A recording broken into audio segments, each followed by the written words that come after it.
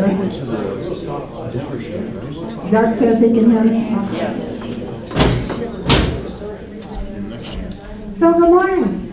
Thank you for being here. I'm Judy Gonzalez. I'm one of the 4 facilitators, so we always appreciate your attendance. I see a few new faces, and that's kind of cool. Thank you very much. I'm sorry, but I'm laughing. Our guest speaker's back there taking notes. It's on his business card. So, this morning I'd like to introduce to you, well, I'm going to do this backwards, simply because I want to. While Jeff's getting up here, I want to introduce Leanne Tobin. I'm sure you all know Leanne Tobin. She's the Chief Marketing and Philanthropy Officer. Yes. I've been there a really long time, Julianne. Just been since 1999. 1989. You're I'm biased. just saying, I got married in 88 and that man brought me over here in 1989. The interesting thing, sorry Jeff, I'm digressing. The interesting thing about this, as many years as I've known Leanne and her husband Pat, I didn't realize until I read this that they met when they were both participating in Up With People. Do you remember Up With People, some of you? It was a singing dance group of kids that traveled all over the world, right? Yes. So you can picture Leanne as being the singer dancer. Actually, I got to tell you, Pat my husband was, Shannon will know, but my husband was a dancer. He sang in bel canto here at Montrose High School. And then, anyway, he was a singer-dancer. I just kind of his backup. But yeah, that's how we met. And then we got married and moved here, and I started at the hospital in January 11th, 1989. Very good. We'll have to have you correct your website. Yeah, okay.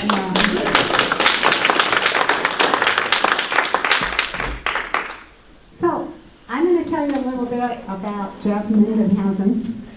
He's the new executive officer.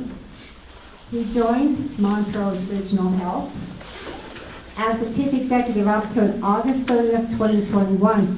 So understand, he's only been here just a short time. He was chosen for his executive healthcare experience, ability to create service line and hospital growth, and visionary and coaching leadership. He's a former Navy SEAL. Jeff has more than 15 years of successful experience leading a diverse array of operations with an unrelenting focus on quality and service. Prior to joining Montrose Regional Health, Jeff was the CEO at Medallia Health, which was named a top 20 critical care hospital in patient experience in both 2020 and 2021. That was awarded by the National Rural Health Association. Prior to his work at Medallia Health, he served as Senior Executive Director for Monument Health Hospital, Rapid City, South Dakota, a 417-bed Level 2 trauma center, a role he advanced to after being CEO for Monument Health, Sundance, Wyoming for 1 year.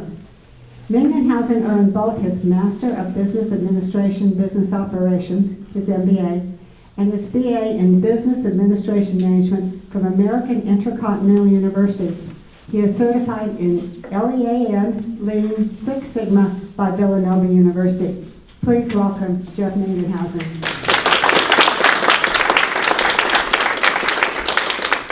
Thank you. Yes, never like hearing the old bio. So, Jeff Mengenhausen, I am originally from Howard, South Dakota. I know it's a metropolitan area of 1,000 people, graduating class of 42. So, grew up on a farm, did all that, and decided I want to see the world and joined the military for about 10 years, and 9/11 hit, and been to Iraq, Afghanistan, all those fun other places. Decided, I was gone all the time, so got out of the military and joined a company called Links Global Solutions, which is a defense contracting company. I was able to finish my degrees and then doing a lot of defense contracting, working with the FBI, CIA, all the large contracting agencies there, running a large contract in Dubai, UAE. Decided, I was getting claustrophobic in Virginia Beach, Virginia, and decided to move back west to jump into Horizon Healthcare as a chief operating officer. And yes, it's a big transition. I get the question, how do you kind of go from like Navy SEAL to healthcare? And so the CEO of Horizon Healthcare was there for 38 years and grew it from like 2 clinics to 28. That man is John Mengenhausen. He was my father. And so yes, I worked for my old man for about 5 years. And kind of that's where I cut my teeth in healthcare. I fell in love with healthcare. He just retired in July.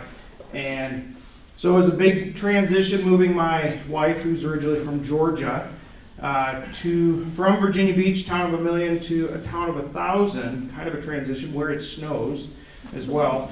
And so we moved on to out west to Sundance, Wyoming. I was living in Spearfish, South Dakota. Transitioned from there to Monument Regional Health at the time in Rapid City, large hospital, 5 other hospitals along with that system. And it was over heart and vascular surgery, cardiothoracic surgery, Heart and Vascular Institute, cardiology. Got tired of a system of that large, the bureaucracy and everything. From that standpoint, jumped into a critical access hospital in Medelia, Medelia Health, and that was South Central Minnesota. And so it was completely independent. It was just me and the board and doing great things. Main competitor was Mayo Clinic, and so that was fun. You can compete with Mayo Clinic. They actually do not understand rural medicine. They try to take Mayo Rochester and try to push it into communities like Olathe or Ridgeway, which does not work. So had great success, was really actually not looking, and then they found me, kind of a headhunter is what they call them, and came in many interviews here and just started like, well, this is like a competition, I gotta win this. And for a community and a hospital like this to come available for a CEO position is actually really rare. To have a great community and a great hospital. And so fell in love with the community, fell in love with the hospital, and saw the huge potential within the hospital. And so I accepted, they made the offer, I accepted, and been here for about a month and a half. And so I did find a rental, which I know is crazy hard. It's great. It's a good size. Has pink carpet, blue flowery wallpaper, kind of a weird smell, but it's working. And but no, it's great. I do have 3 kids. I have my oldest who just turned 15. She's at Peak Academy. She's kind of my shy, quiet one, so that fits well for her. And then I have a 11-year-old daughter who's at Centennial and a 8-year-old son who is at Johnson Elementary. And so they're doing really well. The nice thing I think about Montrose is, yes, it's small, but yet we have a lot of people here that are from other areas. To find a true Montrose born and raised and still living here is like the unicorn, I feel sometimes, trying to find those people. But the nice thing is everybody's really welcome. Oh, I was in your spot 5 years ago, or 10 years ago, or 15 years ago, or 2 years ago. And so it's been really exciting. So the hospital. And big news lately is we changed our name from Montrose Memorial Hospital to Montrose Regional Health. And so people ask why change your name? That's been actually in the works for the last 5 years. I'm just the lucky one to help announce it and sell it. So, no, I think your brand and your logo and your name is a way of telling your story, right? And we have to tell the right story. And so Montrose is growing. I've only been here for a month and a half, but I talked to Miss Leanne and Miss Erin. Skis and other people like that who've been here for a very long time.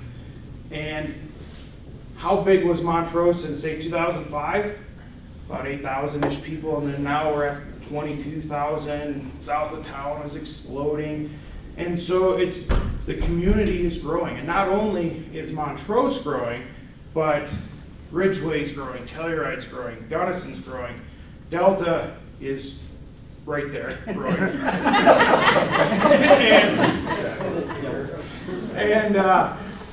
But what we're seeing at the hospital, right when I got here, I was talking to some of the ER physicians, and they're like, oh my gosh, August was the busiest month we've ever had. I'm like, oh my gosh, is it COVID? Nope, just busy. And then September hit, and beat August. It's like, oh, COVID? Nope, just busy. And so the communities have grown. And I've been talking to a lot in the hospital is we got to stop saying the word community, because we're really focused on Montrose, but we have so many patients coming to us from so many different places. We've got to start saying communities. And Montrose is starting to become that regional hub. We've got Walmart and Target. I mean, what else? And the Hobby Lobby's coming to town. I mean, geez. So we are becoming the place to be. And so focusing on that regional piece, and we're so much more than just a hospital, right? And so we have about 800 caregivers and growing, my goodness, growing. We have about 80 positions open right now. So that's 80 new families, and they require homes or rentals, which we are struggling with a little bit here. And so really updating the brand, the logo is really the launching point of where we're going. And it's really exciting. And the board's done a fantastic job, and I'm just helping them organize it a little bit and executing that vision. And so that's really the huge launching point. Before I start giving into that where we're going piece, let's talk about where we're at right this second, all right? And so where we're at right this second is a COVID spike.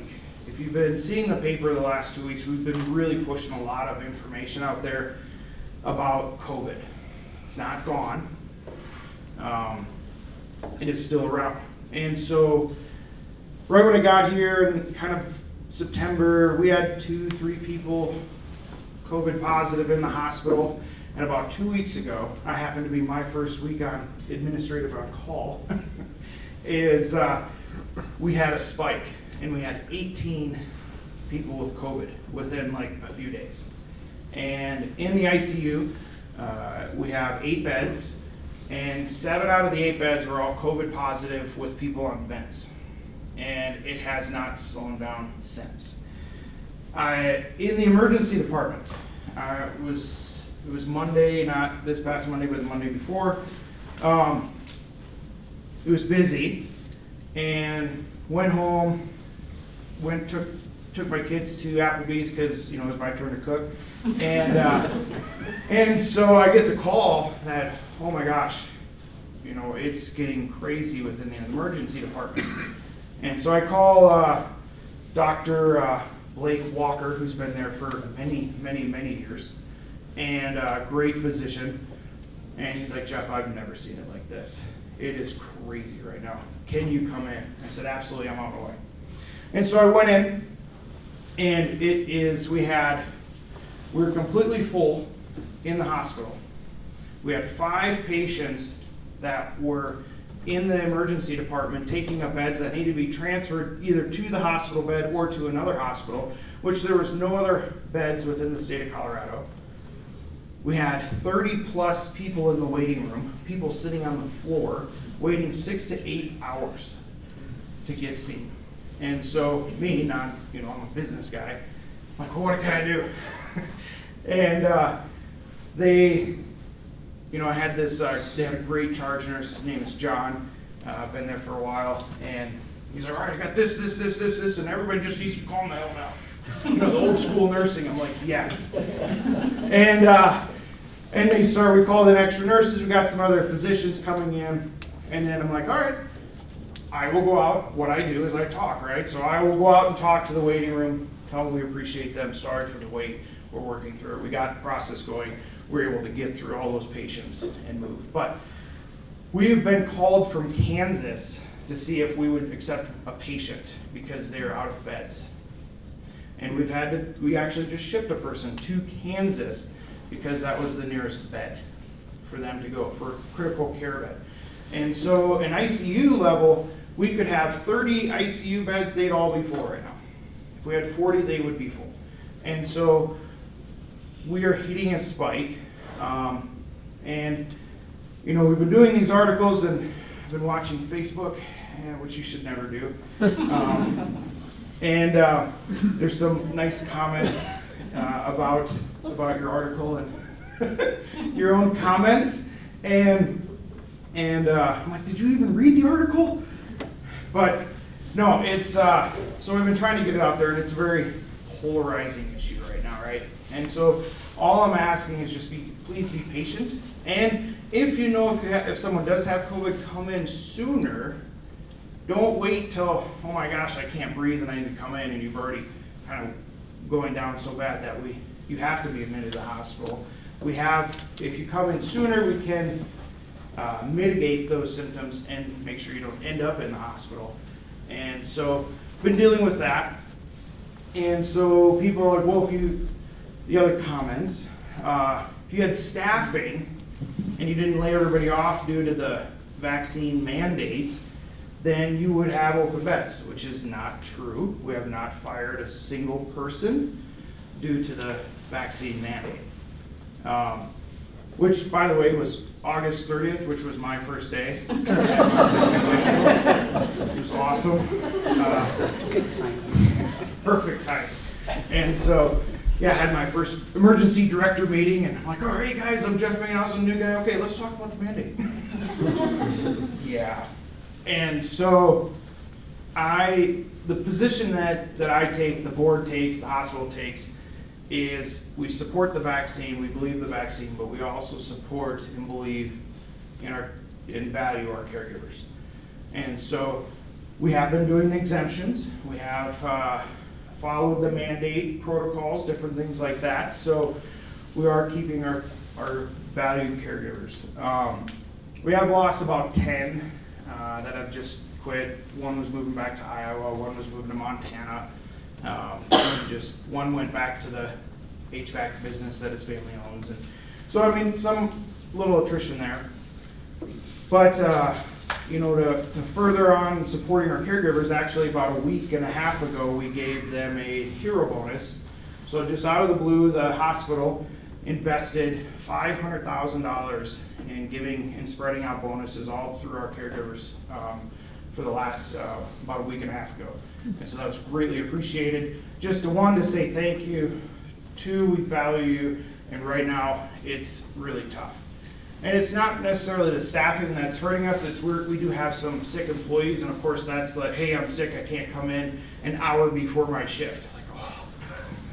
And so trying to mitigate that. But our leaders are fantastic. So really excited. It's a fantastic team.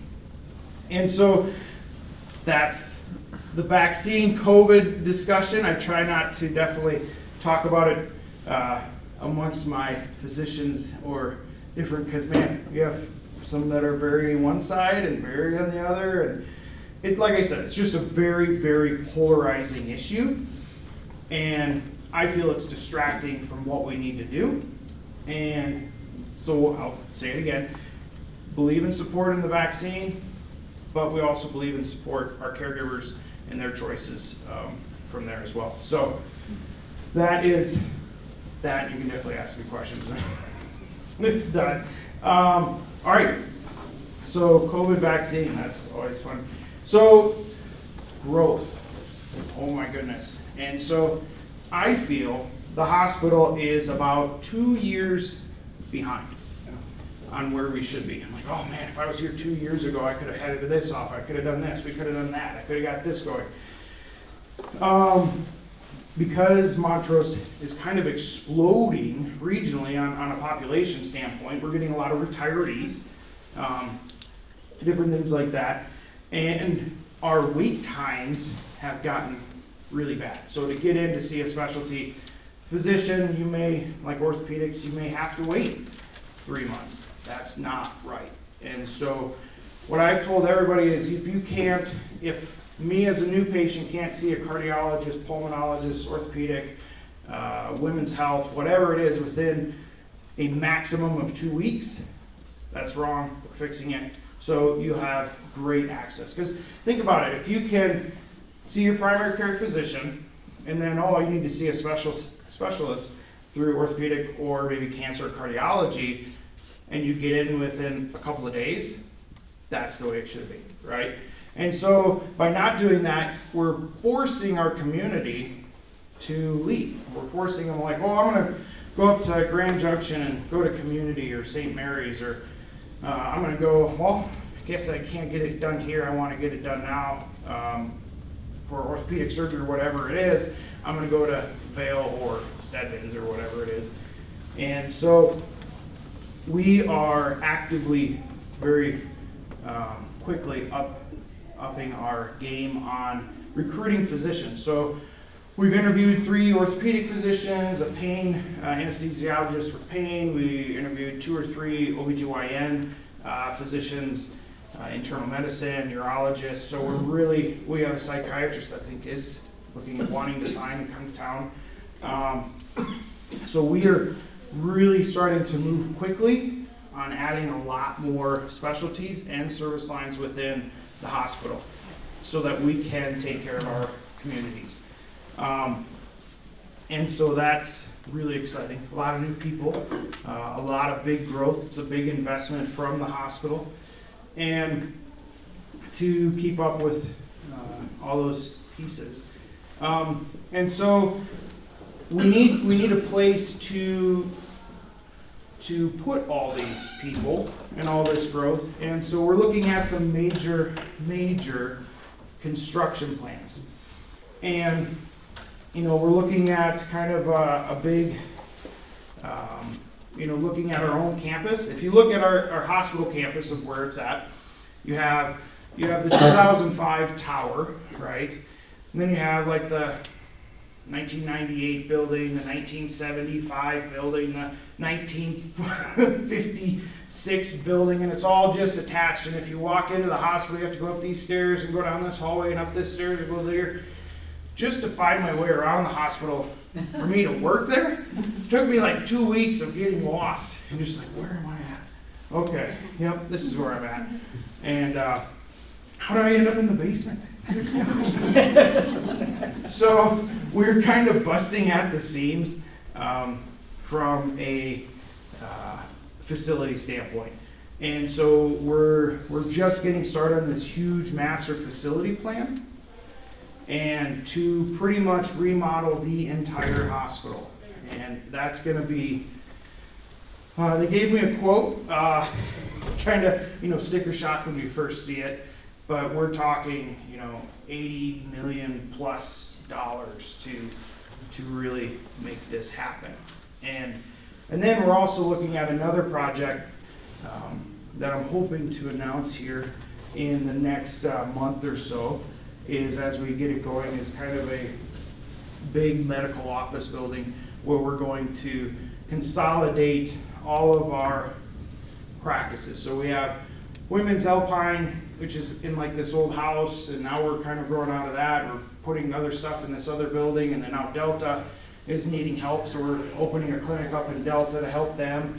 And Telluride wants us to send an OBGYN down there. And so it's exploding. And then cardiology is like over on the other side of town. And so we're trying to consolidate, look at partnering with other independent physician groups as well to build a 60 to 80,000 square foot building to have all these specialty physicians plus primary care in there, women or imaging center for women, some other different things. So it's very convenient, very beautiful, and we can grow within it as well. So looking at that, that's pretty heavy lift on finances as well. But the hospital is doing really well financially. And so it's this weird time. Yes, we have COVID, but we're doing financially well. We have some stimulus from the government. So our savings is really good, but it's like you're saving up for a house, and that's what the best way I'm describing it. We're saving up for a house to either remodel the house or to build a new house. And so having that financial piece is the ability to do the hero bonus, to keep moving forward. And that puts the hospital in a very good position strategically for us to move forward. I mean, for rural hospitals to be financially strong, like Montrose Regional Health is very unique to today's environment.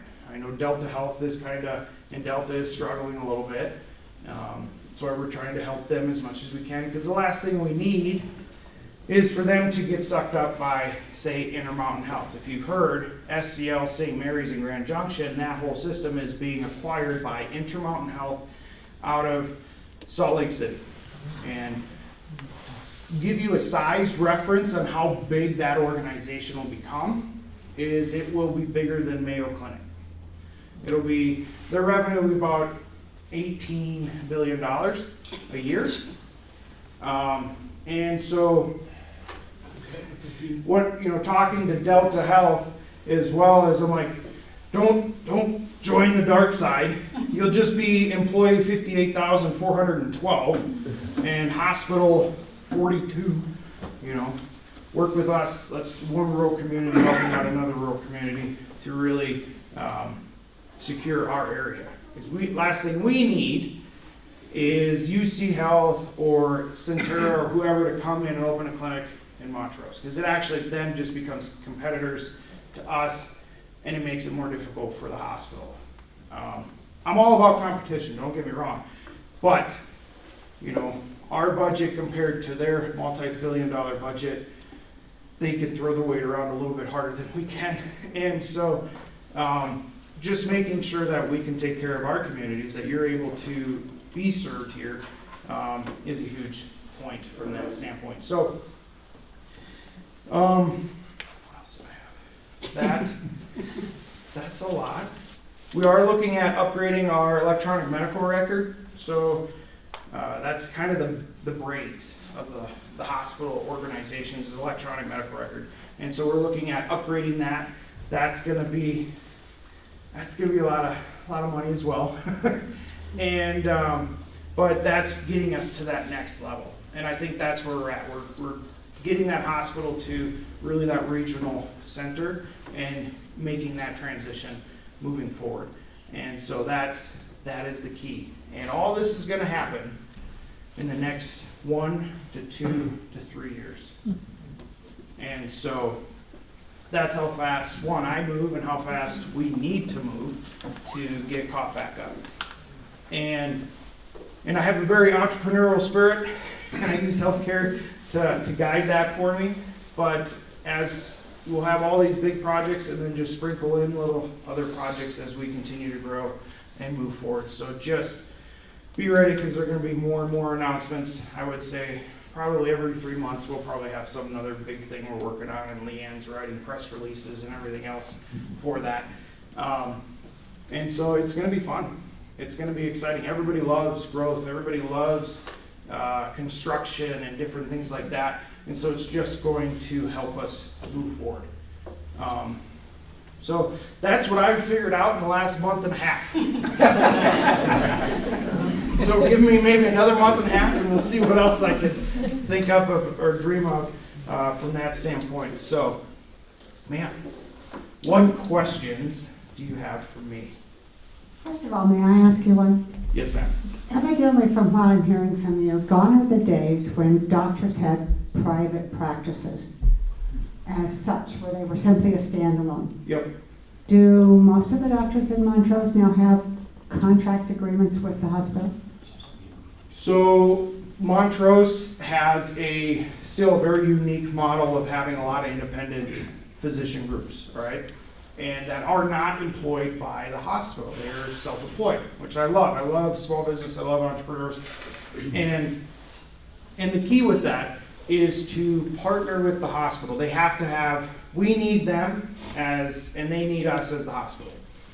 And to help them, and we help them recruit and grow and different things like that because it helps the hospital.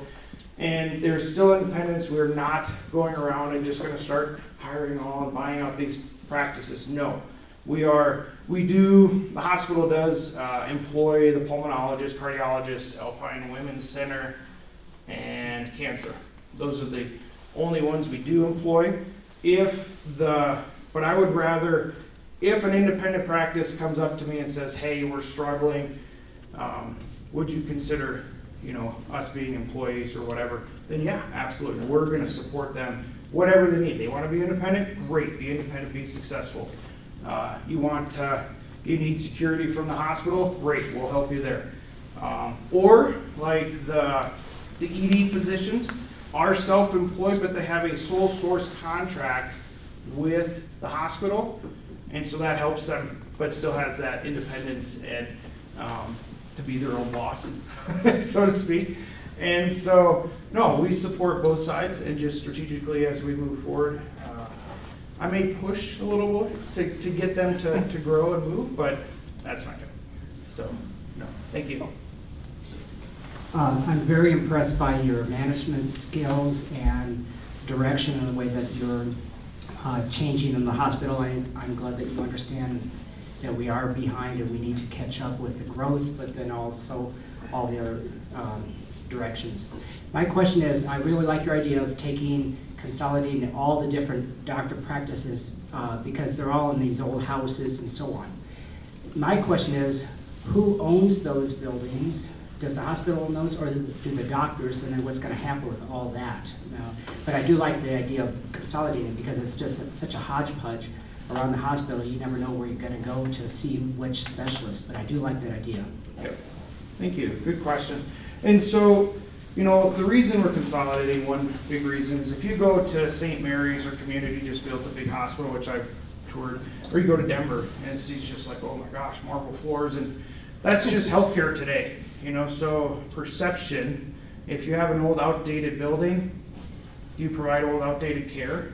If you hop up on a wooden exam table, wow, that's from the 1970s, is it old outdated care? And so we're just doing upgrades, so there we do own a few buildings, but some of the docs own some of the buildings, and there are some buildings that I have interest in purchasing that are really close to the hospital campus.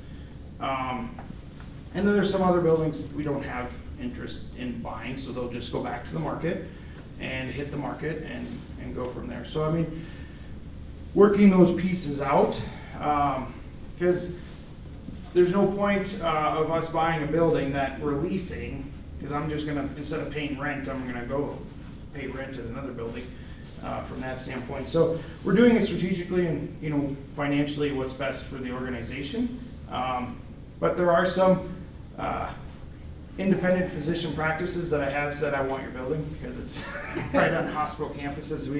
We expand. Plus, then if I buy it, or the hospital buys it for fair market value, has to be, we have assessment fair market value, then it allows them to reinvest into the new building from that standpoint. So, yes.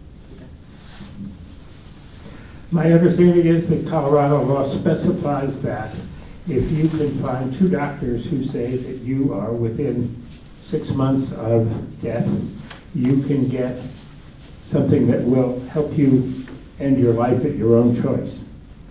It's also my understanding that if you are at all on staff at the hospital, you are prohibited from doing that. Why does the hospital take that position, and where in our community can you get that service? Wow, that's a good question. Okay, I did not know that position, month and a half. Yeah, I guess I'd have to look into that. I'm And I am a firm believer, because I am the business, I guess I have I could dabble in healthcare on a clinical stand, inch deep, mile wide. But really the physicians lead our clinical practice. I mean, they're scientists, they're experts, they go to school for, oh my gosh, years. And so I will let them and continue to let them drive our clinical practice. And I'm a firm believer in physician-diet partners. But honestly, it's a really interesting question. I'm now going to have to go back and start digging into that. If you give your information to Leanne, I'd be happy to follow back up with you on that. So sorry, I don't have an answer for that one. So good question. Hi, I'm Lori Wendell, and I wanted to express gratefulness for all the services that I've received in the hospital. In recent months, I've had cancer, and so I've partaken thoracentesis every 10 days and x-rays. Just the recent PET scan, I was grateful that they had the PET scan here, so that was fantastic. And I was so happy that the same radiologist that does my thoracentesis does the PET scan too. So I had a continuum of care, which I was extremely grateful. So I've had, shout outs to Dr. Welsh, Dr. Raziano, my oncologist, Dr. Chan. So I've really appreciated all the care. One question I that I do have is that I've been hearing on the radio that Delta Health is providing monoclonal antibodies to those COVID patients that are high risk so that they won't have to go into the hospital. They've been providing about 20 infusions a week or so, and I was wondering if Montrose Regional Health is providing similar service. Thank you, and I'm glad that you have great service. I mean, they're like I said, fantastic team. I mean, that's awesome. I will let them know, and I'm happy for you. And yes, the PET CT was actually brand new. We have a mobile unit, and we initially were going to have it every other week. Now we're to every week within like a month. And so we'll probably be looking at adding that technology here as well. So people don't have to drive to Grand Junction or anything. So the antibodies, we have been doing it for months. We're actually getting more and more. And so now we're running into a space issue and kind of a big staff issue on when we're doing it. But Dr. Joe Dragna, who is the county, saw probably like 15 emails just even yesterday about it and how we can do it. But I think we're able to actually expand it even further where we can do it 7 days a week and continue to do it. And so, yeah, we just haven't been promoting it, I guess, but yeah, we've been doing antibodies, IVs for quite a while and quite a bit. I would probably guess way more than 20. Even a week. So, yeah, no, great question. Going back to your expansion in the new building, because you're kind of landlocked there, will it be a new building on campus close to the hospital, or will you have to do outline? Well, that's a big question. And so we're just going to build a big bridge over Nevada and just sort of no, there's some big opportunities. So by consolidating, healthcare construction is extremely expensive, okay? And so there's different levels and different classes of healthcare construction. There's class B, which is business, which you can use, for example, like more wood studs and stuff like that. Where class C, commercial kind of class for hospital, for inpatient, you have to use steel studs and you have to have sprinklers, you have to do fire, I mean, a lot more. And so the key to, as we look at the master facility plan of not only our campus, but our just whole operations, is to move things that don't belong in the hospital to a less expensive building. So, for example, if you want a mammogram, you have to come to the hospital. Well, you don't need to come to the hospital. Most places have it in an outpatient center, which in a Class B setting is less expensive. So we're actually moving mammograms, other things off campus to a more convenient center, to less expensive construction, and then we have a lot of billing office a lot of administrative people on hospital campus. And if I can move them to maybe a building that's on our campus but not in the hospital, it actually shrinks the footprint just a little bit for the hospital, so that we can build right there. And so we've talked about, okay, if you're spending this much money, why not just go build a hospital like the community hospital up in Grand Junction did? But we're thinking that's gonna be 200 million is probably what we're guessing for that. And so we are looking, okay, if we can move, like our 4th floor in the tower is empty right now. If we can move maybe women's deliveries up there, tear that building down, expand right there, and just keep phasing it out is another option we're looking at. The emergency department needs to double in size, and we're on top of each other in there. It's crazy. And so that's what we're doing. This whole facility plan is to talk to physicians, talk to caregivers, talk to board members, talk to community members, and figure out where we need to go. Because when you do construction, yes, it's easy to build where we need to be in 3 years, but you got to think 5, 10, even 20 years out on construction so we can expand as the community expands. So I'm going to say more than likely it's going to stay right where it's at. We've got some creative ideas to kind of expand and some different things on that standpoint. So it's kind of where we're leaning right this second. Good question. What are your thoughts about the expansion of the surgery center? Which one? The outpatient surgery center. The Black Canyon Correct. Surgery Center. So that's been an interesting issue with us. So the history on that is it was built, and then in 2008 it wasn't doing well, so they asked the hospital to jump in and help financially, and now we've got it back and it's doing really well. And so now the hospital owns 51%, physician partners own the rest, who are independent physicians. Kind of been going back and forth on it, and the request was actually the physicians want to buy it out completely from the hospital. And talking to the board and looking at it strategically, financially, the board actually voted yes, we're willing to sell all our shares to the independent physician groups that own it. For them to buy into it more, they want to do a little expansion and just be successful. And so we've got all these other things moving on. It's like, okay, you guys continue to provide a great service and expand, and if that's what they want to do, then that's where the board's kind of sitting at, is why, we don't want the hospital to get in the way of their success. And so that's why we're looking at selling our shares to them, and so that they can continue down that path of being successful. Sir? Got a techie question. Been looking at telemedicine. Yep. And what level of service is really needed at the hospital? I mean, we're right now at 1 gig service, basically. Mm-hmm. We can go to 10 gig. Is that going to be adequate for the future?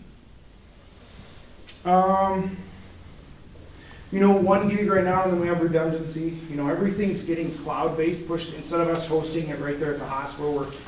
So the new electronic medical record is huge, and it takes, right now it's on 30 different servers, and which servers are like $20,000-ish plus dollars a piece. And so right now we are at 1 gig. I would say it's probably good right now. As technology grows and we start getting more internet and cloud-based programs, we can definitely look at that. But I think we're really beefing up our IT departments, cybersecurity, oh my goodness, the crazy ransomware these days, and really beefing that up. And this new electronic medical record that we hopefully should have a decision here in November is part of that plan to really drive us forward and take us to the next level on an IT standpoint. Good question, thank you, sir. Excuse me, I'm coming back across. Great questions. This is great.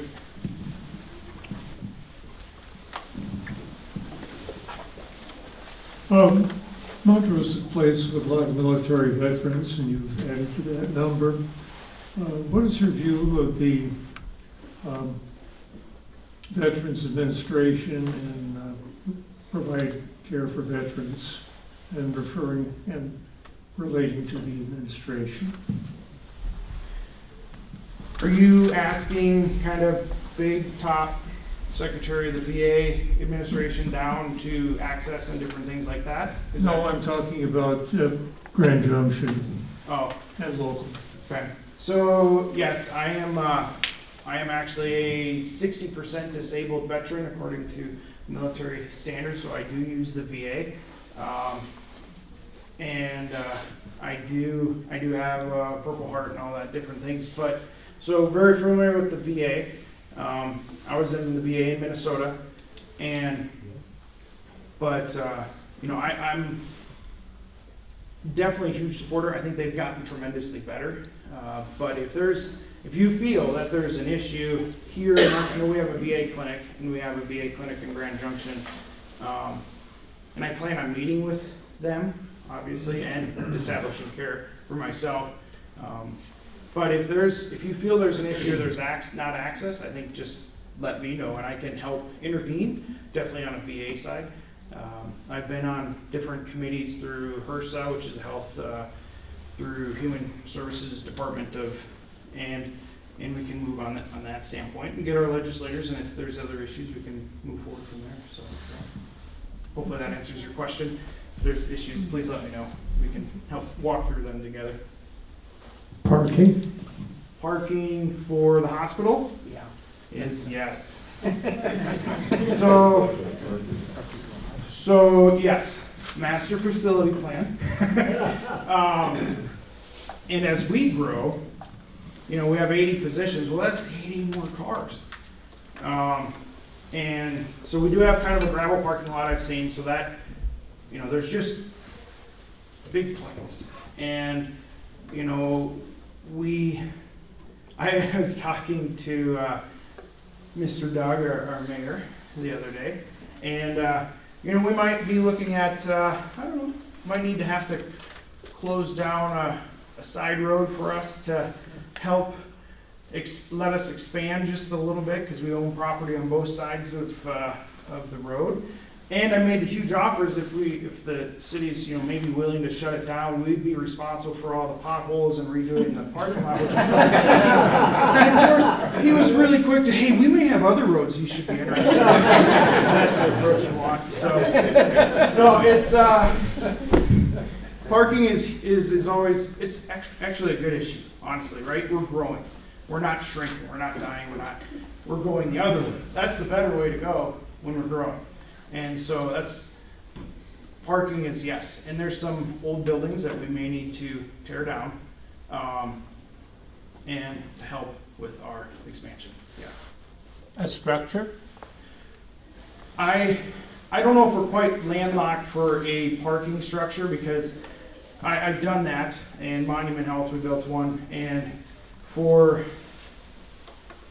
a regular just parking spot, I do believe it was like $1,200, $1,300 a parking spot just for blacktop, right?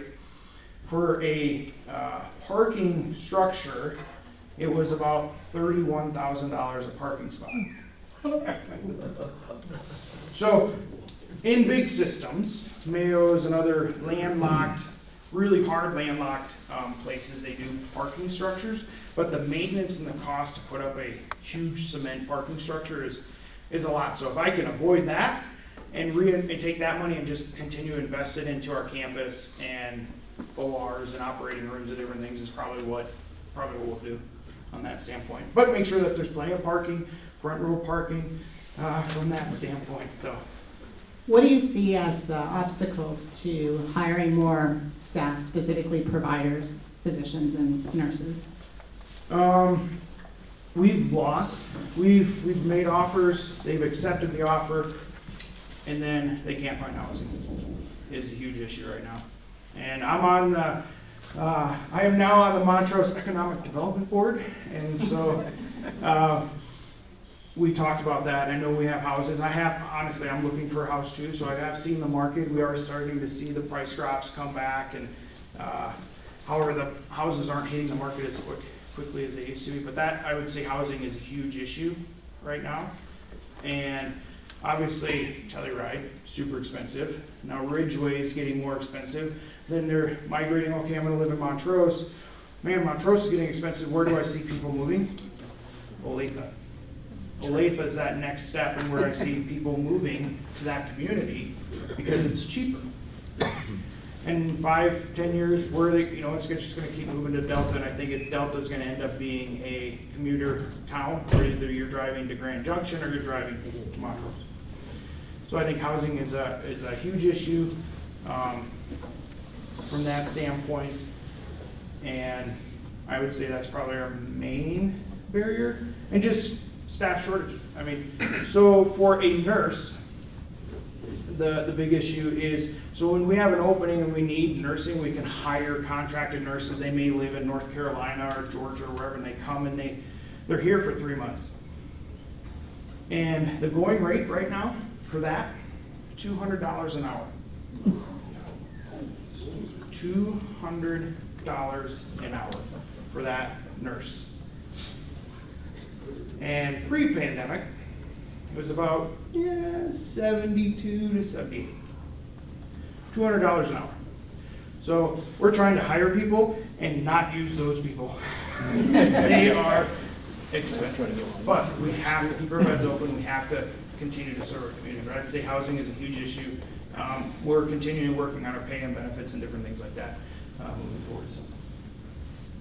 Other questions? Oh, of course, clear on the far side of the room. Sorry, Jeff. So next question's going to come over there. This is my exercise program for the year. Yeah, thanks, Jeff. Last week I spent about two nights in the hospital with an infection, and the staff was top notch as far. But I talked to a lot of the nurses that were attending me, a lot of the people who were drawing blood and so forth, and every one of them went through the nursing program at CMU. Mm-hmm. And what do you view the potential in the future for partnering with CMU and as far as providing staff? Oh, great question. 100%. we're having to shut down a few beds in kind of September, right when I got here, due to staffing. And so I round in the hospital every day. I figured out my route to go through the entire hospital to say good morning and talk to people. And I started seeing all these students in white scrubs, and I'm like, and I go and talk to them, like, oh, you're in school? Yeah, I'm an LPN here, and I'm going to be an RN. I'm graduating in December. I'm like, oh, were you thinking about working in the hospital? Oh, I'd love to work for the hospital. Really? So you're hired. So I'm not joking. Yeah. I hired like 3 people on a Wednesday. Rounding, ran down to HR like, so I hired 3 people today. They graduate, so yeah, they might come down. It's hilarious, but no. And so I've talked to, we're actually Thursday, we're having a job fair for all the new grads from that standpoint. So we can only take so many new grads, because it takes almost a year for a nurse to really feel comfortable in their skin to get to that level. And to get to ICU level, you need maybe another year or 2 to get to that really critical care or the emergency department.